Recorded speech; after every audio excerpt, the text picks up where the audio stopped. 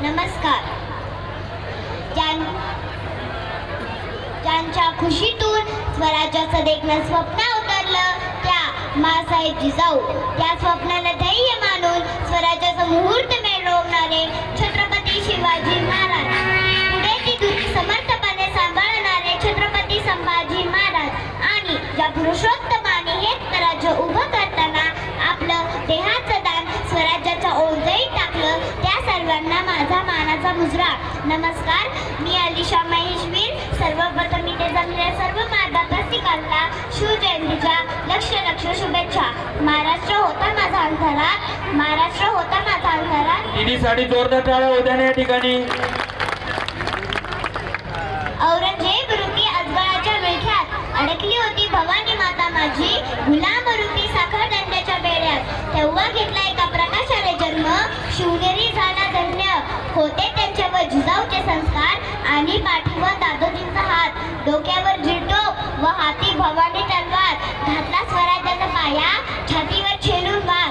होता सिंहाचा छावा, खेळून गनिमी कावा. माझ उरानूच गंभीरना अंगणात, खेचून आणला विजय त्यांनी आपल्या अंगणात. खेचून आणला विजय त्यांनी आपल्या अंगणात. जिंकून घेतला आकाश त्यांना, जिंकून घेतला दुर्ग. जिंकून घेतला आकाश त्यांना, जिंकून घेतला दुर्ग. विशाल सागरला हिरवा गंध घातला त्यांना, बांधून सिंधुदुर्ग, बांधून सिंधुदुर्ग. नजर त्याची गरुडा परी, पडली सिद्धीच्या जंजिरावरी.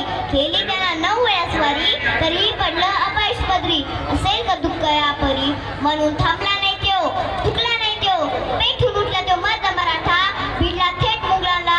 दिलं त्याने आव्हान डाच पोर्तुगीजांना, घेतला अंगावर त्यांना इंग्रजांना.